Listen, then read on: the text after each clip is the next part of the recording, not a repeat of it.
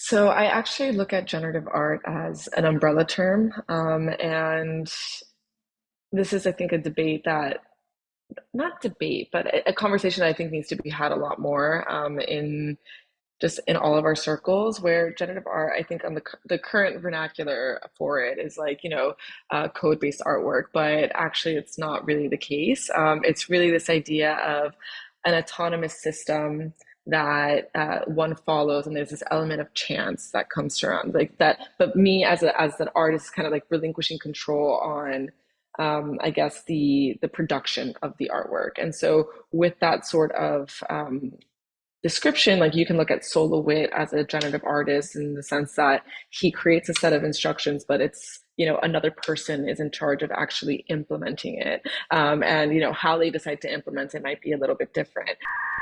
So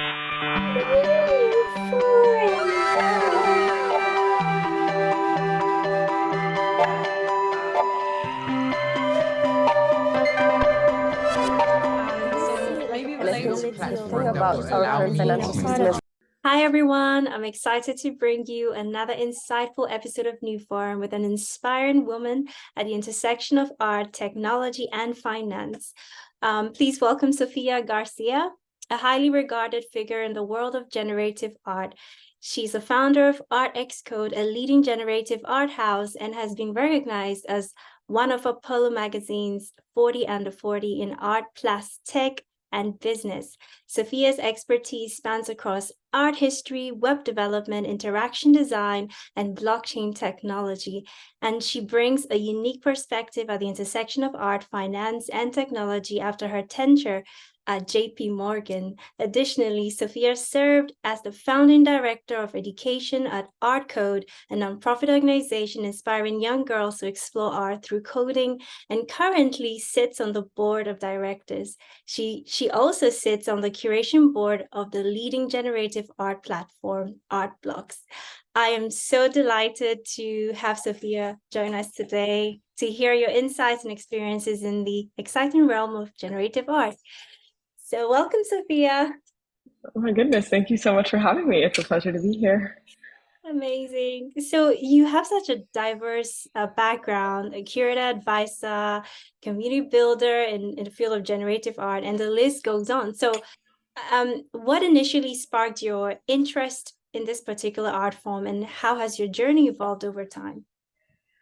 Well, it's been a pretty, and I use this word a lot because it's just very serendipitous the way that it all came about. I had been studying art history. I was working at an art gallery here in Miami, and kind of really quickly realized that the traditional art world didn't make sense for me, in the sense that I really wanted to be able to provide for myself. I really wanted to be able to move out of my parents' house and do all of these things. And at the same time, my dad was always talking about computer science and you should be looking into coding and all of these things. And around that time, I just got an email. There was a free coding class at one of the local colleges. And I figured, well, why not? Why don't I just try it out? It's free. There's no harm.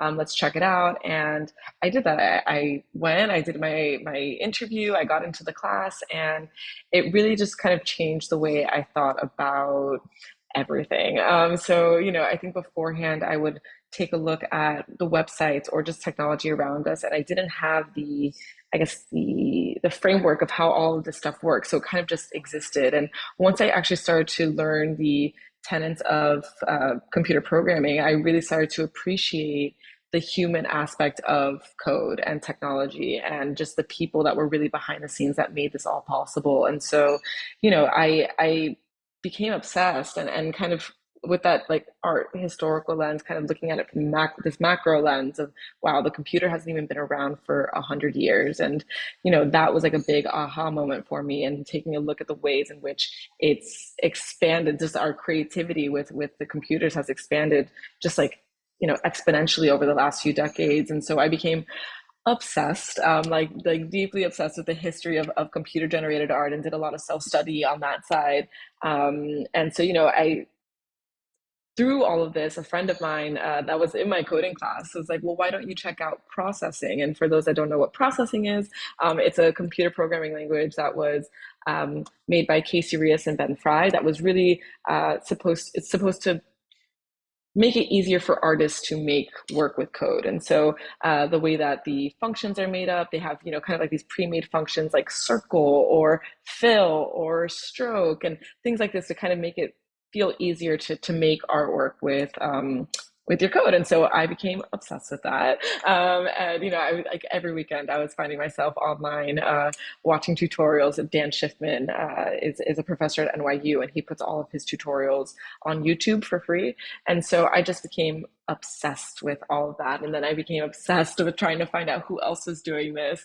So I started ARTXCODE actually off as an Instagram account, this anonymous account that I ran, just trying to find out who else is into this, who else is exploring this sort of art form. And that's really how I helped kind of like start that community, at least on the ARTXCODE side, where I was sharing people's work. I was kind of prompting questions, and it was just something that I did for fun. It was just a really fun thing, and luckily now over the last few years, I've been able to make it my job. So yeah, that's kind of how it all got started. The thought of coding and programming and all that stuff is a bit intimidating, right? Generally Yeah. for women. And we hear a lot about the fact that there are less women in technology, in finance, and you pretty much doing it all, right? So that in itself is very inspiring. And you are part of CodeArt, right? A nonprofit organization that is empowering young girls who would like to code and find that intersection between coding and art. I'd love to hear more about that. Yeah, I'm the first to say that coding was probably one of the scariest things that I could have gone into. And I remember that first class and seeing kind of the syntax and the different colors and, var X, Y, like, like X, like, commas and whatever. And I was just freaking out and I was like, what have I done? But slowly it started to pick up and I started to realize, it's just like learning a new language. Like if you are like you need to learn French in 24 hours, it's impossible. It's a process, and code is just the way that you speak to the computer. It's even like the way that computer programming languages were derived. It comes from like the study of spoken language. So there's the syntax is might vary, but the kind of the building blocks are really, really similar. But one thing that I did find that myself, I'm a very visual learner. And so, learning computer science and thinking about things in the abstract it was difficult for me. But once I started looking into, front end web development and even processing, where you could see on the visual side, like the changes that you were making made all the difference to me. And so the way that CodeArt really got started on the nonprofit side was, I started doing art history like presentations at the local Girls Who Code clubs. And through there, I met Amy Renshaw, who was, starting this entire organization, CodeArt. And we decided to team up, and I was like, I'll help you with the curriculum. This is something that I'm super interested in. And so what we did was, start from the ground up, like figuring out like what can we do to teach these girls that coding is accessible, that it is something that you can do. You don't have to be this math whiz, and you can really work at it from a creative lens. And it was just so fun, teaching these girls like really basic functions and being able to see what they could do with it was just like beyond inspiring. And to this day, we're I think almost 8 years in, and which is insane. And just over the years, seeing all the thousands of girls who have put their been able to make their own work with code is amazing. It's really great. That's awesome. And Sophia, I'm curious to know, when we say young girls, I'm guessing like, is there like an age group or like Yes. an adult class? Yeah. Well, okay. So yeah, we kind of go, like I say, like up to like third grade is probably like the youngest that we'll go. And we'll usually do things like with Scratch. So that's like more like the visual based programming languages up until high school. So up to senior year, we do. So we do elementary to high school. And recently, actually, we hosted our first wine and code event that I co-hosted, and that was with adults. It was geared towards women, but of course, like there were guys there, and we're always happy to bring in the guys. But it was just supposed to be a fun kind of silly, safe space for all of us to just explore it, and have a little bit of fun and getting some work up on the screen. And so, yeah, I think it can seem really daunting, but then when you're looking at your screen and all of a sudden you see the silly face that you just made that's changing colors and interacting with your mouse, it lowers the stakes a little bit more. You're not building anything crazy. You're just exploring and having a good time. So hopefully I can host a little bit more of those for the ladies, and we can get more women involved. Just creating art. Yes, I love that, and I'm pretty sure NEWFORUM will be like super down to support that. Yes. Okay, great. Yes, totally. So, Sophia, I think you've touched a little bit about what generative art is, but if you had to like just maybe define it briefly in layman's terms, Mhm. how would you define it? So I actually look at generative art as an umbrella term, and this is, I think, a debate that not debate, but a conversation that I think needs to be had a lot more in just in all of our circles. Where generative art, I think, on the current vernacular for it is like code-based artwork, but actually it's not really the case. It's really this idea of an autonomous system that one follows, and there's this element of chance that comes around like that. But me as an artist, kind of like relinquishing control on I guess the production of the artwork. And so with that sort of description, like you can look at Solo Wit as a generative artist in the sense that he creates a set of instructions, but it's another person is in charge of actually implementing it, and how they decide to implement it might be a little bit different. The same way Islamic tiling, the artisans are really following a set of intricate rules to create these sort of like very intricate mosaics, but it's based off like these like set of instructions that are kind of separate from the artists themselves.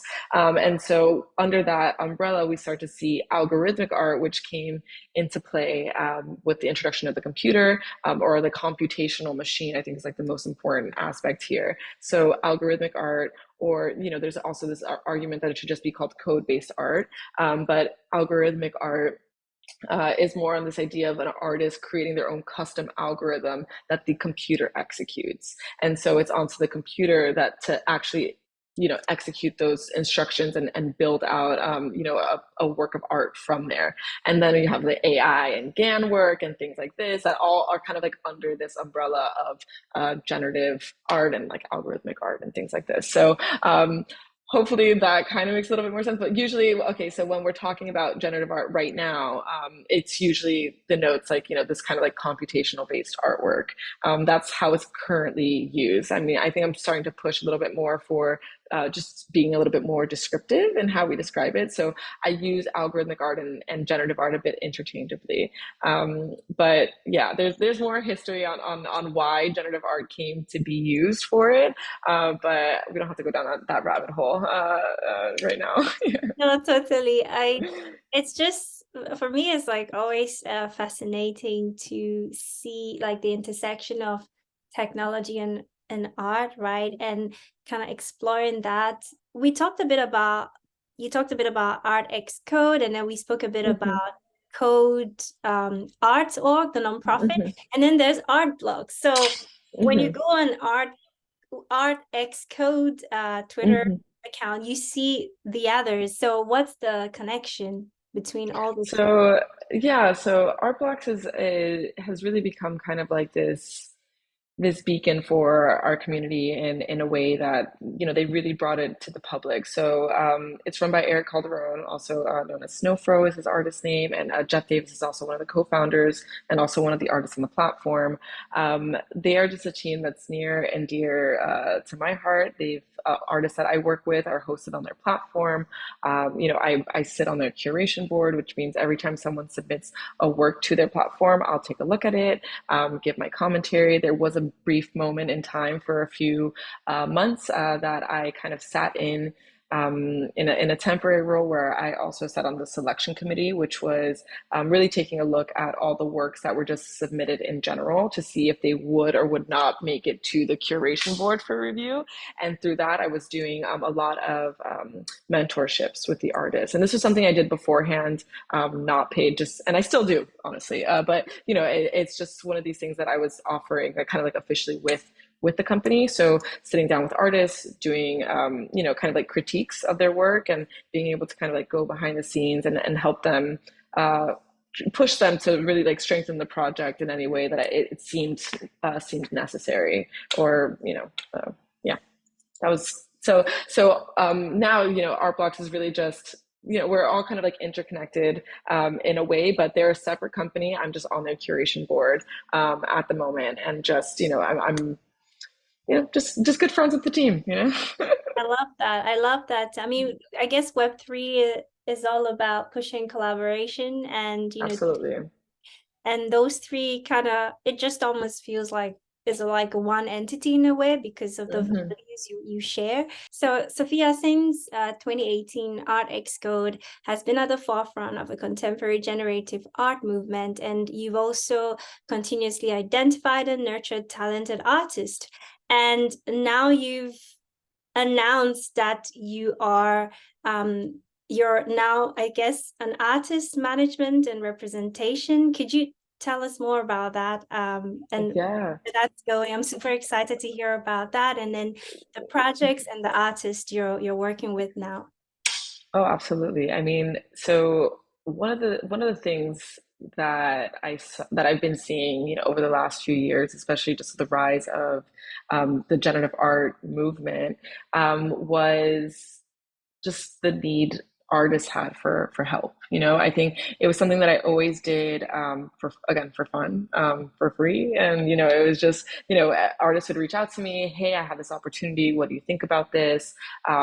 Hey, like, your thoughts on that? And then just seeing more players come in. So we're seeing a lot more galleries, more platforms, more, just all around generative art. And artists are kind of being bombarded with all these different, again, opportunities, but they don't know what to do. And I think one of the crazy things about Web3 was kind of this promise around, artists can manage whatever they want. They don't need the third parties. They don't need galleries. They don't need any of that. And that is true. They don't. However, they're to have the support there has been invaluable.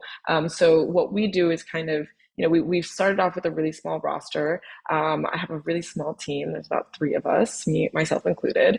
And, I'm really lucky that, my co-founder, he is an attorney, or was an attorney, is an attorney. And he, we review everyone's contracts. We make sure that they're getting the best deal that they can. We are kind of behind the scenes when they do participate with other galleries or platforms, just to make sure that everything goes well.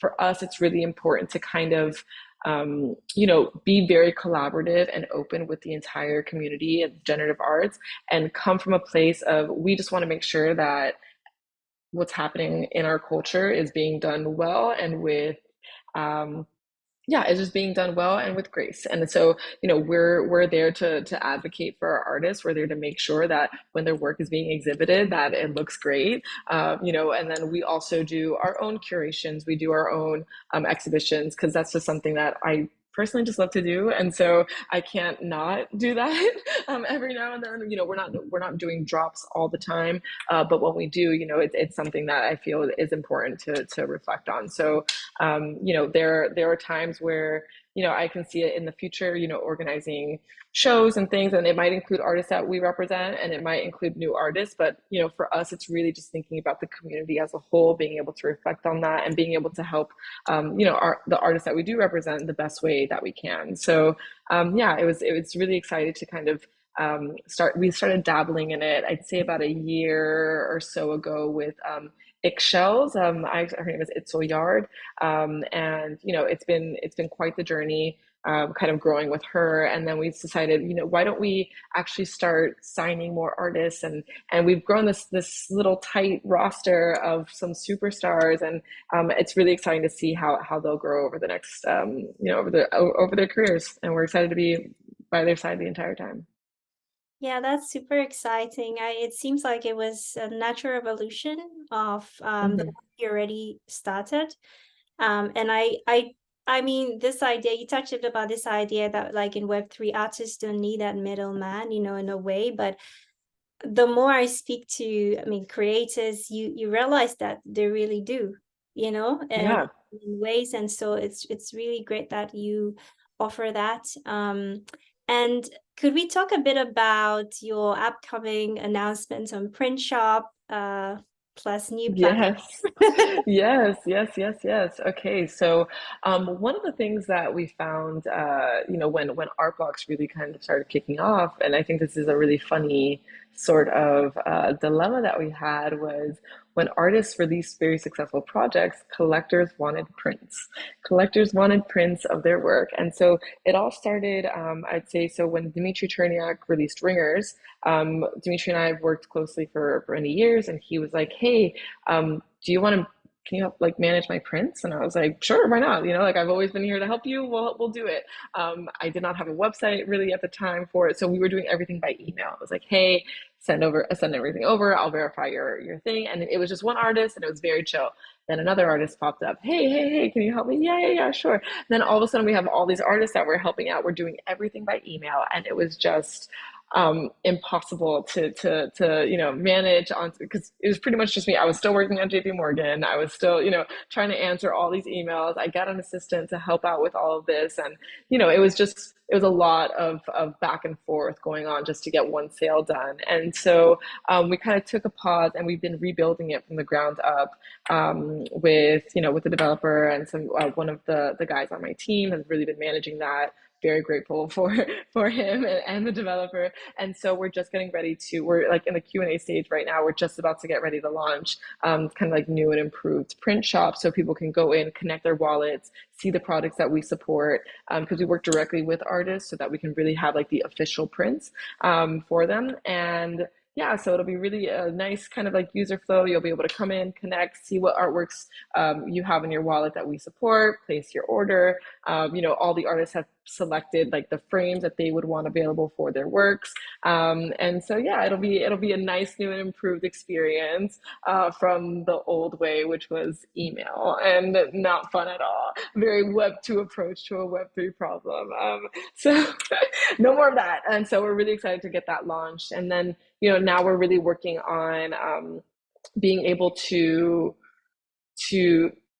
really support our artists in any of the products that they want to do. And so we're looking at our own smart contracts and kind of like starting to be able to be kind of like that jumping point for our artists, so that they don't need to depend on other platforms or other galleries if they don't want to. If they have a new product that they want to come out, I think we've been around for long enough that people realize that we're more than capable of releasing our own exhibitions and our own releases. And so that's something that we would love to be able to support, especially for artists that might be dismissed from other platforms or things like that. We have our own curatorial vision that has to come out somehow. So yeah, but I do try to stay away from it. We look very much like a gallery, but I think that I try to stay away from that kind of like that terminology, just because I feel like it really pigeonholes what it is that we're capable of doing and what we want to be able to experiment with.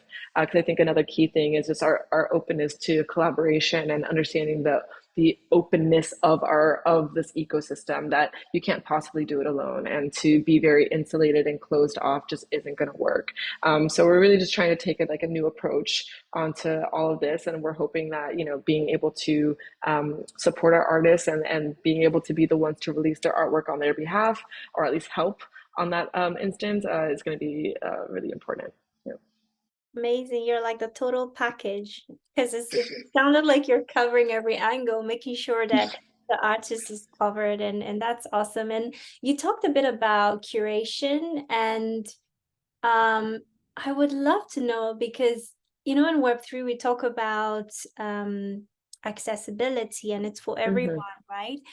And so, but then curation is important, right? You have to put it through, and Yeah. then you have your brand, right, to protect and all of that. So how do you navigate that, the intersection of curating and also being accessible? at the same time? Yeah, so I guess that is it's an interesting question. I think, when it comes to curating, for me, it is a very personal experience. I look at it as like my art form personally, where it's like, okay, I'm finding artists, I'm finding works, and trying to tie a story together with all of them. And so usually when we do curations, we do try to be as accessible as possible, mostly because they are usually up and coming artists or artists that we're introducing to the community. I think one of the the it's been really jarring to see the market activity around generative art.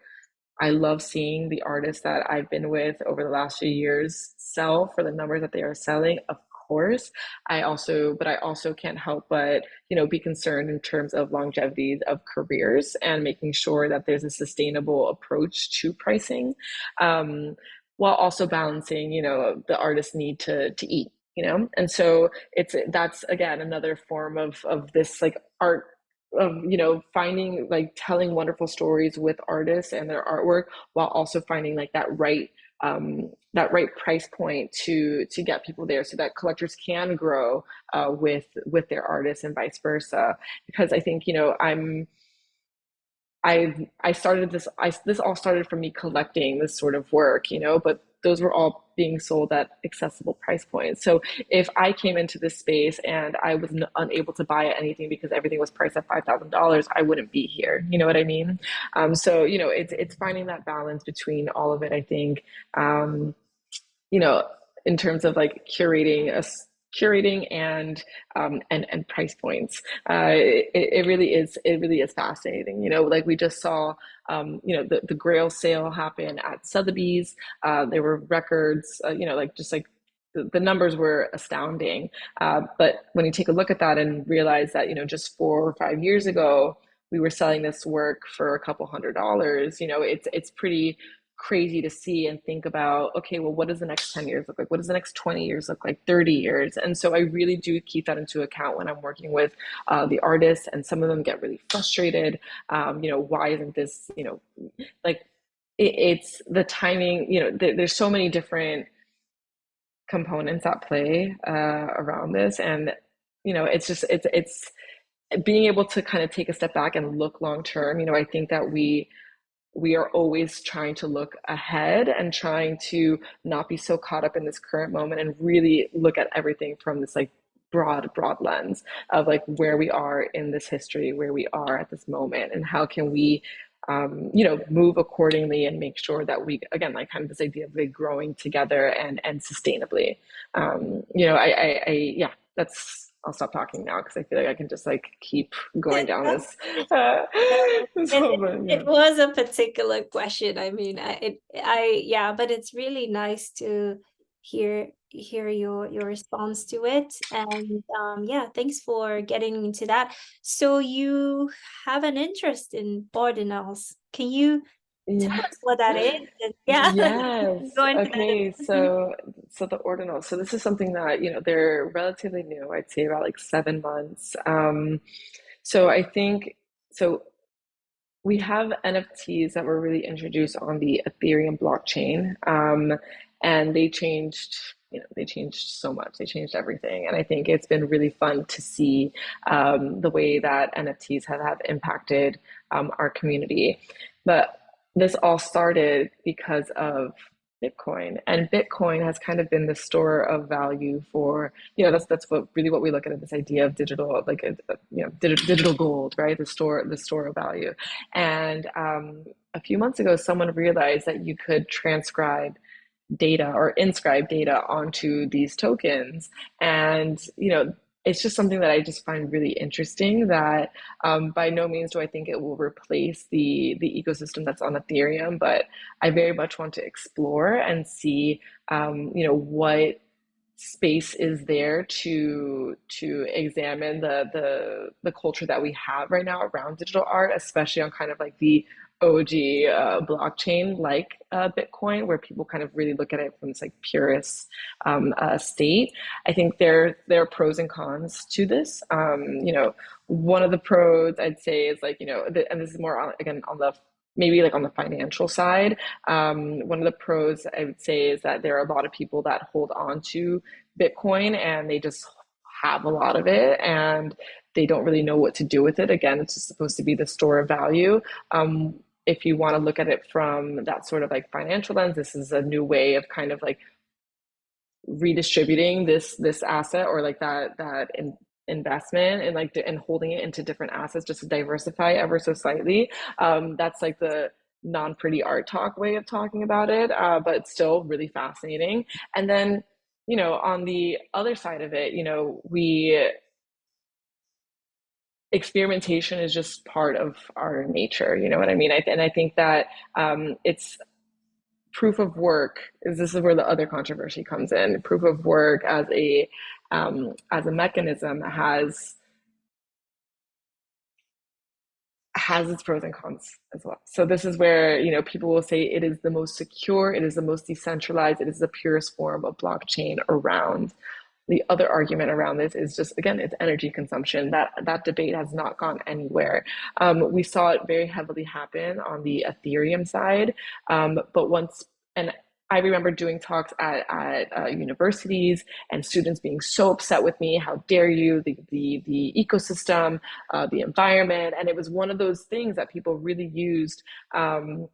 To demonize the entire industry, just the energy consumption as a whole. It's why we saw the Tezos blockchain come into play, and they heralded in the green entity because they were utilizing proof of stake, which uses significantly less energy. But then once Ethereum moved over to proof of stake, and the merge happened, and we were very happy about that, it kind of quelled all of those arguments. You can no longer say that this is a detriment to the environment. We saw energy consumption like worldwide drop by percentages. And so, when we look at the Bitcoin ordinals, they're fascinating. And I think it's like really interesting to take a look at. But it's also really important, like when you talk to artists, that they also understand that like that the arguments that were against proof of work are still very prevalent on the Bitcoin blockchain. Being said, I think everything's worth experimenting with at least once. I don't see our entire business shifting over into Bitcoin, but I think it would be really, I'd be remiss not to at least try and bring some sort of, I'd say, I'm trying to find the right adjective for this, but I guess a thoughtful curatorial approach to engaging with it. I'll say it like that. So yeah, I think we're keen on experimenting with it. We just did a Twitter Spaces this week where it was kind of I was asking questions. We had collectors asking questions because a lot of us don't really know what they are, and how to really like have our framework around how to think about it. So it was a fun time of kind of just like exploring that a little bit further, and seeing what's up with this. Like, and I think also for me seeing how there's so much hype and excitement on the Ethereum blockchain around generative art, especially. Like sometimes it can get a bit overwhelming even for me. And I'm just like, oh my goodness, there's another generative art release. Like, okay, like where do I even fit in around here? So it's like, okay, we have this new territory here. Let's just try it out. Let's see what we can do. And it kind of just feels less stressful, a lot more fun. And that's really that's what I want to do. I want to have a little bit of fun, So we're going to explore the Bitcoin ordinals and see what happens there. Nice. Actually, when you mentioned it, that's when I decided to research it a little bit. It was the first time I had heard it when I read it in our chat in our conversation. So, is it actually Bitcoin ordinals? That's what it's called. Yeah. Yeah. I see. Yeah. I'd also love to hear about your artist. Is it Exshells? Yes. Yeah. Exshells, Exshells, yeah. Yeah. Let's talk a little bit about, there's something I know you wanted to share with us about this artist, and I'm curious to hear what Yes.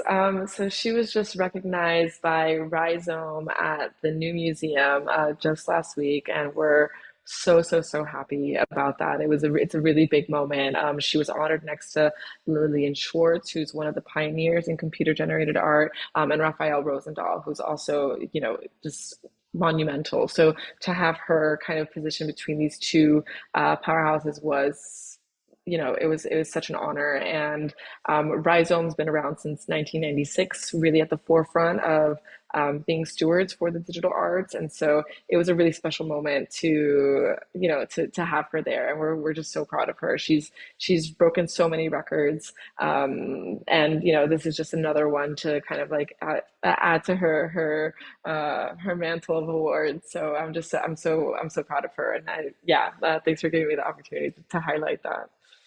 Shout out to her, and yeah, Mm. super excited for her. And Sophia, I want to hear a bit about your views on identity, Hmm. trust, and reputation and credentials. Yeah. We cannot talk about blockchain and not talk about that. So how do you navigate that? Yeah, I mean it's hard. I think, one of the I came into the space anonymous. ARTXCODE was anonymous. That was my anonymous identity for many years. It was a way for me to talk about generative art, a way for me to talk about all of this and make sure that there were no biases put against me because of my gender or identity or anything like this. And so, and I really wanted to be content first. And so, I think that there's a role to play in digital identities. However, there also comes a moment where you kind of have to balance the two. So I think right now coming out, once I came out as like me, myself as an individual, I use my name everywhere. I'm very open about who I am. I'm having this dialogue with you as Sophia, founder of ArtXCODE. It's a weird balance. However, we do see that there are people who really care about maintaining their anonymity. This also comes into an issue when we're talking about sales and things like this, where if we'll use the print shop, for example, if someone wants me to send them a print, but they refuse to send me their identity or their address, that poses an issue. How am I supposed to send you something if I don't have your address? Or now we have big identities like on the influencer side, and they're all anonymous, and maybe they do something that the rug pull or whatever, well, there's no direct person to be able to lay the blame on. And so, I know during my time at JP Morgan, they were looking at this idea of digital identities and verifiable digital identities on the blockchain. And I think we're starting to see that dialogue happen a lot more on kind of like the institutional level. And again, there are pros and cons to that because now everything you kind of do would be tracked to you. And so there's so much nuance to this discussion around what does it mean to have a digital identity in a blockchain world where everything is recorded. What does that mean about privacy? What does it mean about and transparency? And like, where do we find that balance? So yeah, I think I have more questions than answers around digital identity. But yeah, Yeah. I'll leave it at that. Yeah. Yeah, I have questions too. So yeah, maybe in a couple of crypto years we will we will be able to answer all of them. So Sophia, I'm curious to know, are you still actively creating art? Or I mean, I know you're busy as a founder and you're Mhm. on the board and everywhere. You're Yeah. very busy. So I'm curious to know if you're still, and if you are, how do you balance the creative aspects of the art form with the technical processes So involved? Yeah. funny enough, I would say that my newest escape or my newest like stress release, I have two. My stress relievers are very tangible. So ceramics, I love ceramics. I've been doing a lot of ceramics lately. Working with my hand, just kind of uh, getting away from the computer has been my de-stressor. So ceramics, and then also doing my nails. I'm so like I have no nail polish on right now, but I'm in the like after this I'll probably like finish them up.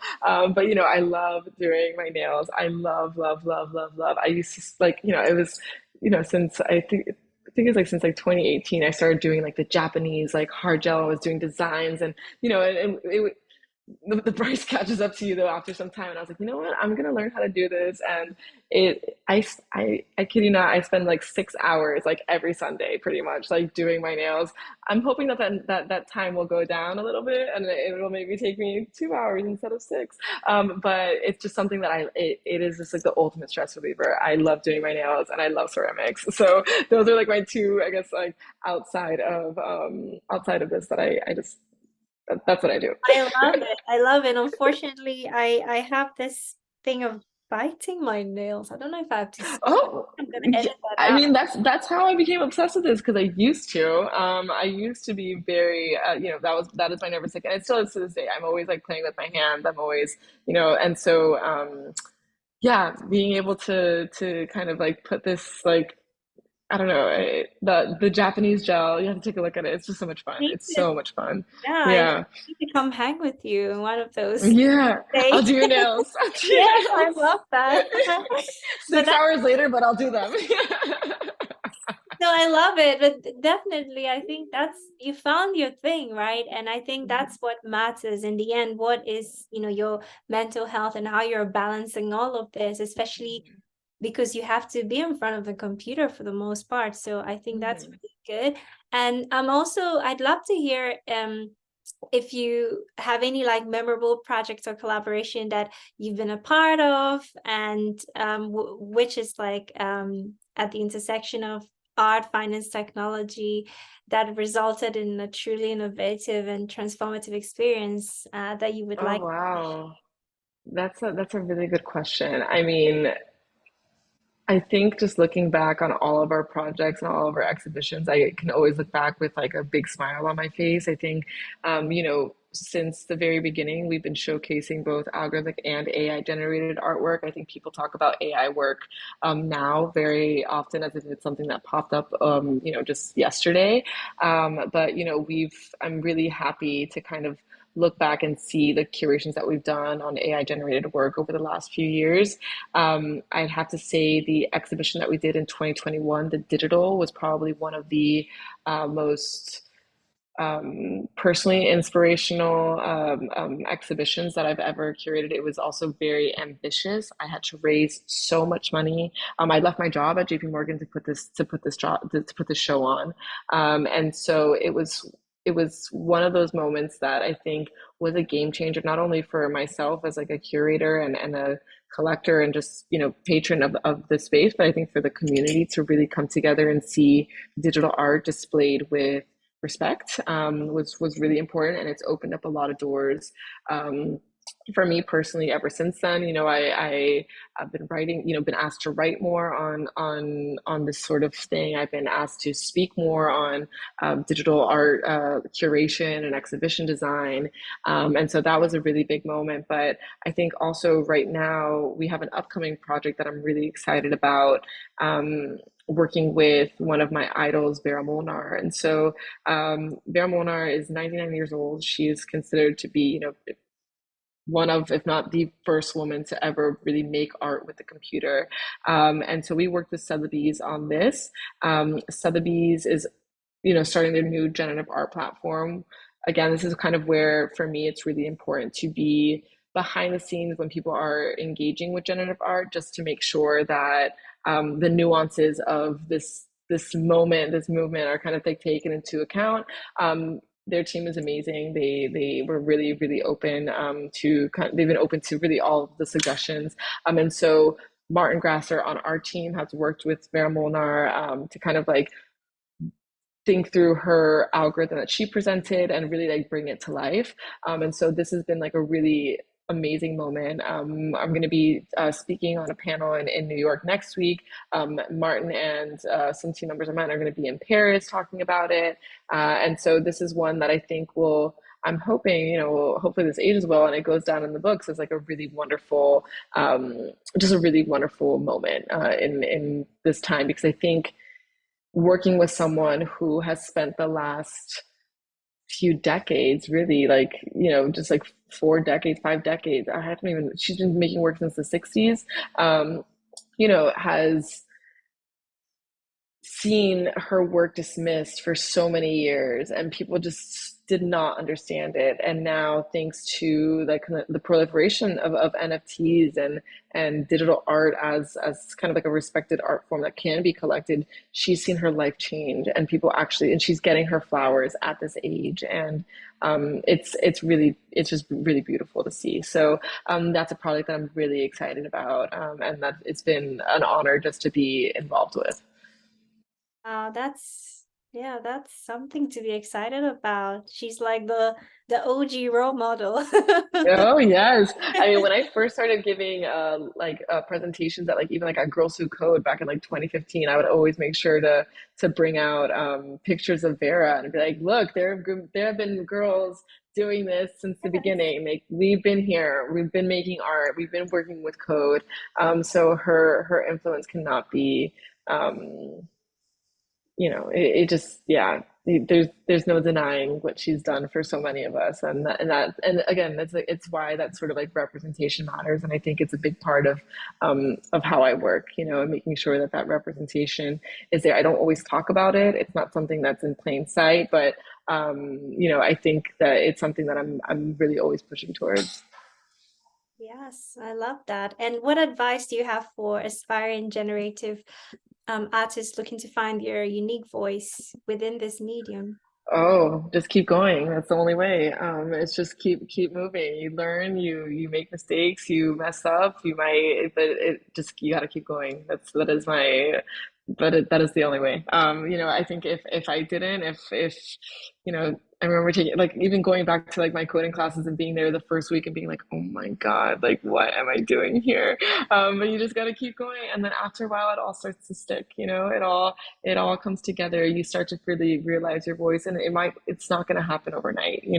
So you just have to keep going. Just got to keep going, and it will.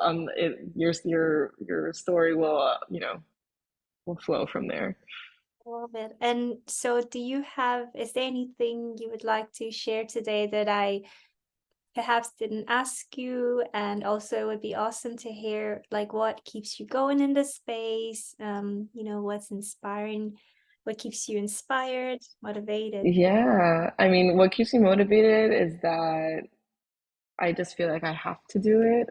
It's like, I feel like over the last few years, I have found my voice um, and I really just care deeply about this art movement, and if it's not me, then who? And who's gonna, and I just I care deeply, and I think that the artists around there, they need advocates, and for me, being able to curate and understand where they're coming from, not even from an artistic point of view, but even from a technical side, is one of those things that you can't find everywhere. And so, my life would be a lot easier if I could go work a 9 to 5 somewhere and get a steady paycheck. I guarantee it, but I can't.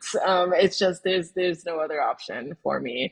But I think one other thing that I would love to I guess like shout out highlight is the upcoming book release that'll be happening in October, I believe. So this will be with Toshin, the book publisher Toshin is coming out with a book on NFTs.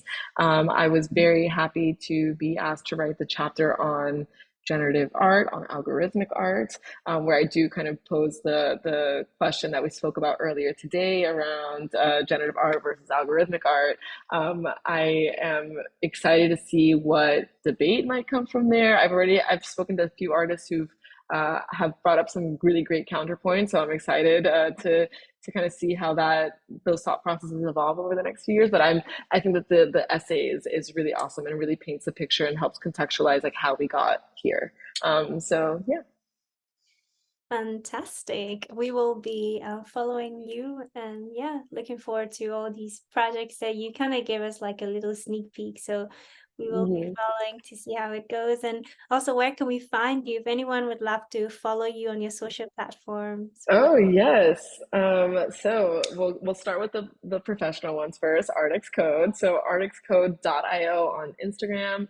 ARTXCODE.io is also our website, so you can go check it out there. Am I using Twitter threads or, I mean, Instagram threads or Twitter now, but Twitter is ARTXCODE_IO. And then for my personal, I'm Sofia Garcia, just SOFIAGARCIA on Instagram. And then on Twitter, it is Sofia Garcia_IO. So yeah, that's usually where I do all my yapping and all my hot takes, if I have any. You will find them there. So much, Sophia. That's where I found you Thank on you. Twitter. Inspired by your work and super honored that we could have this conversation and I could hear about your background, your experiences, and your impact. And I'm super moved by the fact that you're involved in something that impacts and empowers young girls, because if I could turn back time, I would want to be one of those girls in that. Yeah, so super moved. And yeah, thank you for your work and keep doing it. And yeah, Thank thank you you. so much. And thank you everyone who tuned in today. If you want to get more involved in our community, make sure to follow us on our social platforms. And we're NEWFORUM_NCO on Twitter. And we will have all the links in the description below, as well as Sophia's links. And I will see you in the next episode. Thank you. Thank you.